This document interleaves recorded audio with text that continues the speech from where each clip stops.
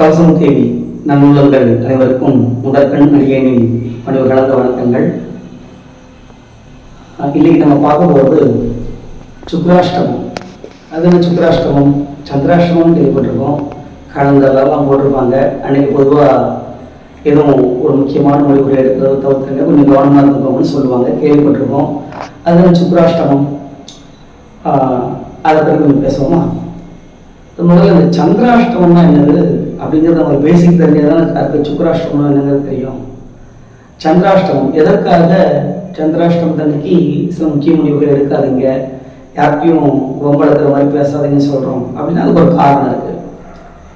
என்னென்னு கேட்டீங்க அப்படின்னா, அதாவது ஒவ்வொரு கிரகங்களும் ஒவ்வொரு விஷயத்துக்கு ஆதிக்கம் செலுத்துகின்றன, காரகத்துவம் வகிக்கின்றன. அதில் குறிப்பாக நம்முடைய மனதிற்கு, நம்முடைய மனசுன்னு ஒன்று இருக்கு இல்லையா, அதனால தான் நம்ம மனுஷனே சொல்கிறோம், நம்மளை அந்த மனதிற்கு காரகம் வகிக்கக்கூடிய ஆதிக்கம், மனதிலே ஆதிக்கம் செலுத்தக்கூடிய முக்கியமான கிரகம் எதுன்னு கேட்டீங்க அப்படின்னா சந்திர பகவான். அப்போ இதில் ரெண்டு வகையான சந்திர பகவான்கள் இருக்கிறார்கள். ஒன்று வானத்தில் நம்ம பார்க்கக்கூடிய சந்திரன், இன்னொன்று நம்மகிட்ட இருக்கக்கூடிய சந்திரன். அது என்ன நம்மகிட்ட இருக்கக்கூடிய சந்திரன் கேட்டீங்கன்னா நம்முடைய மனதை தான் அங்கே சந்திரன் சொல்றேன். அப்ப இந்த சந்திரனுடைய அலைவரிசையும் வானத்துல இருக்கக்கூடிய சந்திரனுடைய அலைவரிசையும் ஓரளவுக்கு ஒத்து போற நாளா இருக்கும் ஒரு விஷயம். அதனாலதான் ஒவ்வொரு தினங்களும் சில முக்கியமான தினங்கள் சில முக்கிய அலுவல்களை செய்யும் பொழுது அன்னைக்கு சந்திராஷ்டமமாக இருக்கக்கூடாது. ஏன் இருக்கக்கூடாது? இந்த சந்திர அஷ்டமம் அப்படின்னா என்னன்னு கேட்டீங்க அப்படின்னா, அஷ்டமம்னா நமக்கு தெரியும் 8. அப்போ நல்ல கவனிக்கும், ராசி கட்டம் இருக்கு. ராசி கட்டத்துல 12 ராசிகள், சரிங்களா? அதுல நம்ம எல்லாருமே ஏதாவது ஒரு ராசியை சார்ந்தவர்களாக இருப்போம். சிலர் மேச ராசியா இருப்பாங்க, சிலர் ரிஷப ராசியா இருப்பாங்க. இப்படி 12 ராசிக்காரர்களுமே நம்மகிட்ட இருக்காங்க. எல்லாருமே ஏதாவது ஒரு ராசியில தான் பிறந்திருக்கணும். இப்போ உதாரணத்திற்கு, இப்போ மேஷராசியில் ஒருவர் பிறந்திருக்கிறார் என்று வைத்துக் கொள்வோம். அவர் மேஷராசி அஸ்வினி நட்சத்திரம் அப்படின்னு வச்சுக்கிறோமே, சரிங்களா? மேஷராசியில 3 நட்சத்திரங்கள் இருக்கு. அஸ்வினி நட்சத்திரத்தில் பிறந்தவர்களும் மேஷராசி தான், பரணி நட்சத்திரத்தில் பிறந்தவர்களும் மேஷராசி தான், கார்த்திகை நட்சத்திரம் 1ஆம் பாதத்தில் பிறந்தவர்களும் மேஷராசி தான். அப்போ அஸ்வினி 1ஆம் பாதம், அஸ்வினி 2ஆம் பாதம், அஸ்வினி 3ஆம் பாதம், அஸ்வினி 4ஆம் பாதம், பரணி 1ஆம் பாதம், பரணி 2ஆம் பாதம், பரணி 3ஆம் பாதம், பரணி 4ஆம் பாதம், கார்த்திகை 1ஆம் பாதம். ஆக மொத்தம் 9 நட்சத்திர பாதங்கள் மேஷராசிகள் இருக்கின்றன. இந்த 9 நட்சத்திர பாதங்களில் யார் பிறந்திருந்தாலும் அவர்களை நம்ம மேஷராசிக்காரர்கள் அப்படின்னு சொல்லுவோம். சரி, இவங்களுக்கு என்றைக்கு சந்திராஷ்டமம், அதை எப்படி கணிக்கிறாங்க அப்படின்னு கேட்டீங்க அப்படின்னா, அதாவது இப்போ நம்ம வானத்தில் இருக்கக்கூடிய நட்சத்திரம் இருக்கு இல்லையா, வானத்தில் இருக்கக்கூடிய நிலா இருக்கு இல்லையா, சந்திரன், அந்த சந்திர பகவான் ஒவ்வொரு நாடும் ஒவ்வொரு நட்சத்திரத்துக்கு வருவார். உதாரணத்துக்கு இன்னைக்கு அஸ்வினி நட்சத்திரம் அப்படின்னா சந்திர பகவான் இன்னைக்கு மேஷராசியில் அஸ்வினி நட்சத்திரத்தில் பயணித்துக் கொண்டிருக்கிறார்.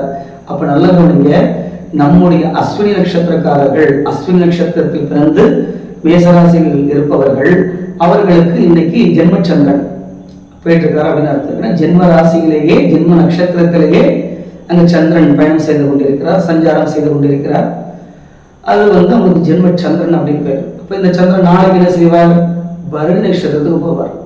அடுத்த நாள் என்ன செய்வார்? கார்த்திகை நட்சத்திரத்துக்கு போவார். சிலருக்கு இப்போ கார்த்திகை நட்சத்திரம் 1ல இருக்கிறதுனே அவர் மேஷராசியில தான் இருப்பார். கார்த்திகை நட்சத்திரம் 2ஆம் பாதத்துக்கு செல்லும் பொழுது அவர் எங்க போயிடுவாரு? ரிஷபராசிக்கு போயிடுவார். ரிஷபராசி எங்க இருக்கு? மேஷராசிக்கு 2ஆவதாக இருக்கின்றது. அப்போ சந்திர பகவான் ரிஷபராசியில் இருந்தால் அது மேஷராசிக்காரர்களுக்கு அவர்களுடைய ராசியிலிருந்து 2வது ராசிகள் சந்திர பகவான் சஞ்சாரம் செய்து கொண்டிருக்கிறார் அப்படின்னு அர்த்தம், சரிங்களா? அடுத்தது இப்ப அந்த கார்த்திகை 2ஆம் பாதம், கார்த்திகை 3ஆம் பாதம், கார்த்திகை 4ஆம் பாதம், அடுத்து ரோகிணி 1ஆம் பாதம், ரோகிணி 2ஆம் பாதம், ரோகிணி 3ஆம் பாதம், ரோகிணி 4ஆம் பாதம், அடுத்து மிருகஸ்ரீஷம் 1ஆம் பாதம், மிருகஸ்ரீஷம் 2ஆம் பாதம். இந்த 9 நட்சத்திர பாதங்கள் எங்க இருக்கு? ரிஷபராசியில இருக்கு. அப்போ இந்த 9 நட்சத்திர பாதங்களில் சந்திரன் சஞ்சாரம் செய்து முடித்துவிட்டு மிருகசீரிஷம் 3ஆம் பாதத்திற்கு செல்லும் பொழுது மேஷராசிக்காரர்களுக்கு அப்பொழுது சந்திரன் எங்க பெறுவாரு? 3வது கட்டத்துல இருப்பார். அதே நேரத்தில் ரிஷபராசியில பிறந்தவங்களுக்கு இப்ப சந்திரன் 2வது கட்டத்துல இருப்பார். அவங்க ராசியை பொறுத்து. சரிங்களா? இப்படி அப்புறம் மிதுன ராசிகள் சந்திர பகவான் சஞ்சாரம் செய்யும் பொழுது அது மேசராசிக்காரர்களுக்கு 3வது ராசியாக இருக்கும். 3வது ராசிகள் சந்திர பகவான் சஞ்சாரம் செய்து கொண்டிருக்கிறார். இப்படியே கடகத்துல சஞ்சாரம் செய்யும் பொழுது அது மேஷராசிக்காரர்களுக்கு 4வது ராசியில் இருப்பாரு. சிம்ம ராசிகள் சஞ்சாரம் செய்யும் பொழுது அப்பொழுது மேஷராசிக்காரர்களுக்கு 5வது ராசியில் இருப்பாரு. கன்னி ராசிகள் சஞ்சாரம் செய்யும் பொழுது மேஷராசிக்காரர்களுக்கு 6வது இடத்துல இருப்பாரு. துலாம் ராசிகள் சஞ்சாரம் செய்யும் பொழுது மேஷராசிக்காரர்களுக்கு 7வது இடத்துல இருப்பாரு. இது வரைக்கும் உங்களுக்கு புரிஞ்சிருக்கும்னு நினைக்கிறேன். அடுத்து இப்ப இந்த துலாம் ராசியில 7வது ராசியில சஞ்சாரம் செய்து கொண்டிருக்கிறார் இல்லையா? இப்போ துலாம் ராசியில் இருக்கக்கூடிய கடைசி நட்சத்திர பாதம் என்னன்னு கேட்டீங்க அப்படின்னா விசாக நட்சத்திரம் 3ஆம் பாதம். சரியா? இப்ப விசாக நட்சத்திரம் 3ஆம் பாதத்துல இருந்து விசாக நட்சத்திரம் 4ஆம் பாதத்துக்கு சந்திரன் பயணம் செய்கிறார்னு வச்சுக்கிடுவோம். உள்ள வந்துட்டார். 3ல இருந்து விசாகம் 3ல இருந்து விசாகம் 4க்கு வந்துட்டார் அப்படின்னா அது மேஷராசிக்காரர்களுக்கு 8வது ராசியாக வரக்கூடிய விருச்சிக ராசி. சரிங்களா? அப்போ இந்த விசாக நட்சத்திரம் 4ஆம் பாதத்தில் துவங்கிய இந்த சந்திர பகவானுடைய பயணமானது விசாகம் 4, அனுஷம் 1, அனுஷம் 2, அனுஷம் 3, அனுஷம் 4, கேட்டை 1, கேட்டை 2, கேட்டை 3, கேட்டை 4 இந்த 9 நட்சத்திர பாதங்களில் விருச்சிக ராசியில் அவர் பயணம் செய்யக்கூடிய அந்த காலகட்டம் மேஷராசிக்காரர்களுக்கு அவர்களுடைய ராசிக்கு 8வது ராசிகள் சந்திர பகவான் பயணம் செய்து கொண்டிருக்கிறார் அப்படின்னு அர்த்தம். அப்ப சந்திரன் நம்முடைய ராசிக்கு 8வது ராசிகள் சஞ்சரிக்கக்கூடிய அந்த காலகட்டம் தான் சந்திராஷ்டமம். சரிங்களா? இப்ப சந்திர பகவான் வந்து ஒரு நாளைக்கு ஒரு நட்சத்திரத்துல பயணம் செய்வார். அதை கடக்கிறதுக்கு எப்படின்னு சொல்லும்போது இப்ப அந்த 9 நட்சத்திர பாதங்களை கடப்பதற்கு 2.25 நாள். அப்போ மேஷ ராசியில் பிறந்தவர்களுக்கு இந்த விருச்சிக ராசியில் சந்திர பகவான் பயணம் செய்யக்கூடிய அந்த 2.25 நாளும் சந்திராஷ்டமம் அப்படின்னு பஞ்சாயத்துல போட்டிருப்பாங்க. அதை கணக்கு பண்ணி தான் காலண்டர்லயும் உங்களுக்கு போட்டிருப்பாங்க. சரிங்களா? இதே ரிஷபராசிக்காரங்களுக்கு பார்த்தீங்க அப்படின்னா தனுசு ராசிகள் மூலம் 1, மூலம் 2, மூலம் 3, மூலம் 4, அடுத்து பூராடம் 1, பூராடம் 2, பூராடம் 3, பூராடம் 4, அடுத்து உத்திராடம் 1ஆம் பாதம் வரைக்கும் சந்திர பகவான் சஞ்சாரம் செய்யக்கூடிய காலகட்டம் ரிஷபராசிக்காரர்களுக்கு சந்திராஷ்டம காலகட்டம். ரிஷபராசிக்கு தனுசு வந்து 8வது வீடா வரும். இவ்வளவுதான் விஷயம். சரி, இந்த அஷ்டமத்துக்கு இந்த 8வது வீட்டுக்கு ஏன் இவ்வளவு முக்கியத்துவம் கொடுத்து பார்க்காங்க அப்படின்னா பொதுவாக, சரிங்களா, பொதுவாக அதை வந்து நம்ம மறைவுஸ்தானங்களில் மிக முக்கியமான மறைவுஸ்தானம் அதை வந்து 8வது இடமாக சொல்லக்கூடியது. இதுல வந்து சயின்டிபிக் ரீதியாகவே நிறைய காரணங்கள்லாம் இருக்கு. நம்ம அதை இன்னொரு பதிவுகள்ல கொஞ்சம் விலாவரியாக பார்ப்போம். இப்போ இதை மட்டும் தெரிஞ்சு வச்சுக்கோங்க. நம்முடைய ராசி, அதாவது நம்முடைய ஜாதகத்தில் இருக்கக்கூடிய சந்திரன், மேஷராசிக்காரர்களுக்கு சந்திரன் எங்க எதிர்ப்பாங்க? மேஷராசி கட்டத்துல தான் எதிர்ப்பாங்க. சரிங்களா? அந்த சந்திரனுக்கு கோச்சாரத்துல வரக்கூடிய சந்திரன் 8வது ராசியில் சஞ்சாரம் செய்யும் பொழுது அன்றைக்கு அவர்களுக்கு சந்திராஷ்டமம். அப்ப அந்த சந்திராஷ்டமத்திற்கு எதுக்கு வந்து சில முக்கிய முடிவுகள் எடுக்கக்கூடாதுன்னா அன்னைக்கு நம்முடைய மனதும் நல்ல சந்திரன்கிறது மனதை குறிக்கக்கூடிய கிரகம். அப்போ நம்முடைய மனசுங்கிறது உதாரணத்துக்கு நான் சொல்றேன், மேஷராசிக்காரர்களுடைய சந்திரன் மேஷத்தில் இருப்பதனால் அவருடைய மனது எங்க இருக்கு? மேஷத்துல இருக்கு. இப்போ கோச்சாரத்துல வரக்கூடிய சந்திரன் மறைவுஸ்தானத்தில் அந்த அஷ்டமத்தில் வரும் பொழுது அவர்களுடைய மனமானது ஒரு திடமான முடிவெடுக்க முடியாத ஒரு சூழ்நிலை இருக்கும், ஒரு பதட்டமான சூழ்நிலை அப்படின்னு வச்சுக்கலாம். அப்ப அந்த பதட்டமான சூழ்நிலை இயற்கையை உருவாக்கி கொடுக்கிறது.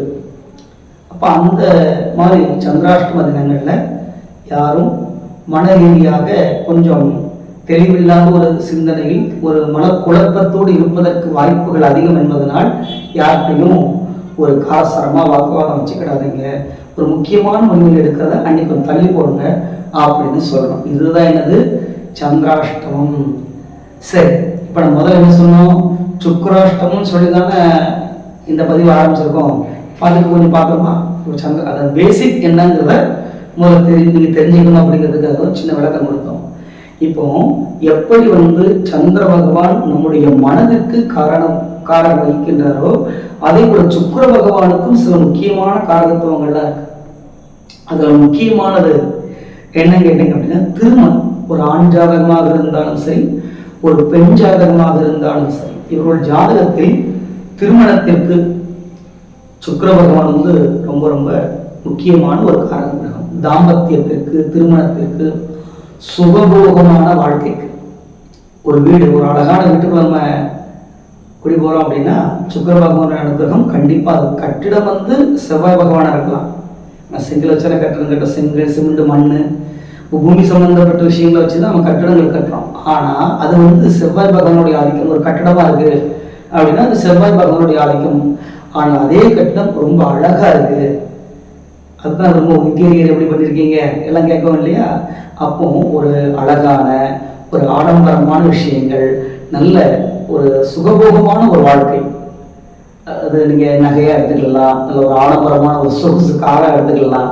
இப்படி சுகபோகமான விஷயங்கள் எதெல்லாம் இருக்கோ அதெல்லாம் சுக்கிர பகவானுடைய அம்சங்களை நம்ம எடுத்துக்கலாம். சரிங்களா? இப்போ இது எதுக்கு சொல்ல வந்தோம் அப்படின்னா, இப்போ நம்முடைய ஜாதகத்தில், சரிங்களா, நம்முடைய ஜாதகத்தில் சுக்கிர பகவான் எங்க இருக்குன்னு பார்க்கணும். அவர் ஏதாவது 12 ராசி கட்டங்கள் ஏதாவது ஒரு கட்டத்தில் இருப்பார். இப்போ உதாரணத்துக்கு சொல்றேன், இப்போ ரிஷபராசிக்காரங்களை பார்ப்போம். இப்போ ஒரு ரிஷபராசிக்காரங்கள்ல எந்த ஒரு ராசிக்காரங்களா இருந்தாலும் அவர்களுக்கு ரிஷபராசிகள் சந்திரன் அமர்ந்திருந்தால், சரிங்களா, உதாரணத்துக்கு சொல்றேன், எந்த ஒரு ராசியா இருக்கட்டும், எந்த ஒரு லக்னமா இருக்கட்டும், ஆனால் நம்முடைய ஜாதகத்தில் சுக்கிர பகவான் ரிஷபராசியில் இருக்காருன்னு வச்சுக்கோங்களேன். இப்ப இந்த ரிஷபராசிக்கு 8வது ராசியாக வரக்கூடியது ஏற்கனவே சொல்லியிருக்கோம், தனுசு ராசி அப்படின்னு.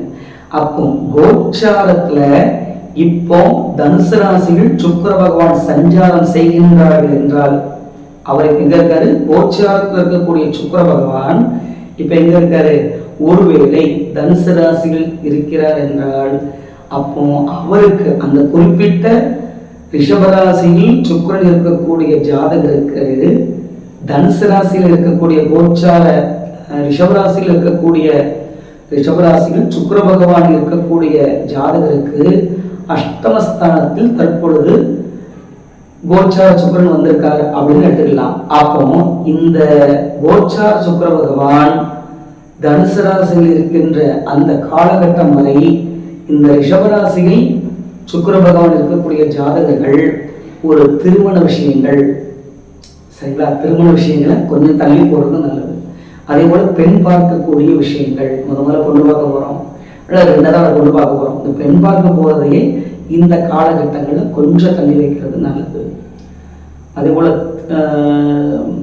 உங்களுக்கு ஒரு புதுசா ஒரு கார் வாங்க போறீங்க, ஒரு பைக் வாங்க போறீங்க அப்படின்னா இதெல்லாம் இந்த நம்முடைய ஜாதகத்தில் சுக்கிரன் இருக்கக்கூடிய ராசிக்கு 8வது ராசிகள் கோச்சார சுக்கிர பகவான் வரக்கூடிய காலகட்டத்தில் இந்த மாதிரி சுகபோகமான விஷயங்களை தள்ளி போடுவது, அந்த நேரத்தில் செய்யாமல் இருப்பது ரொம்ப நல்லது. ஏன்னா அந்த காலகட்டம் பார்த்தீங்க அப்படின்னா நம்முடைய பிறந்த கால சுக்கிர பகவானுக்கு கோச்சாரத்தில் இயற்கையில் இருக்கக்கூடிய சுக்கிர பகவான் 8வது ஸ்தானத்தில் மறைந்திருக்கிறார். அப்ப அந்த காலகட்டம் இந்த சுக்கிர பகவானுடைய காரகத்துவங்கள் பெற்ற திருமணம், தாம்பத்தியம், ஒரு புது ட்ரெஸ் எடுக்கிறது, ஒரு புது பைக் வாங்குறது, ஒரு புது கார் வாங்குறது, வீட்டுக்குள்ள இன்டீரியர் டெக்கரேஷன் பண்றதுக்கு ஒரு பிளான் பண்றது, இந்த மாதிரி விஷயங்களுக்கு கொஞ்சம் குழப்பங்களை ஏற்படுத்தும். அதனால இந்த காலகட்டத்தில், அதாவது நம்முடைய பிறந்த கால ஜாதகத்தில் சுக்கிர பகவான் எந்த ராசியில் இருக்கின்றாரோ அந்த ராசியிலிருந்து 8வது ராசியில் கோச்சாரத்தில் இருக்கக்கூடிய சுக்கிர பகவான் சஞ்சாரம் செய்யக்கூடிய காலகட்டத்தில் திருமணம், தாம்பத்தியம், ஏற்கனவே சொன்ன மாதிரி புது பைக்கில், புது காரு, இந்த மாதிரி ஆடம்பரமான விஷயங்கள் இதை கொஞ்சம் தவிர்க்கிறது, தள்ளி போடுறது கொஞ்சம் நல்லது. இதுக்கு பேர் தான் சுக்கிர அஷ்டமம், சுக்கிராஷ்டமம். நன்றி, வணக்கம், வணக்கம்.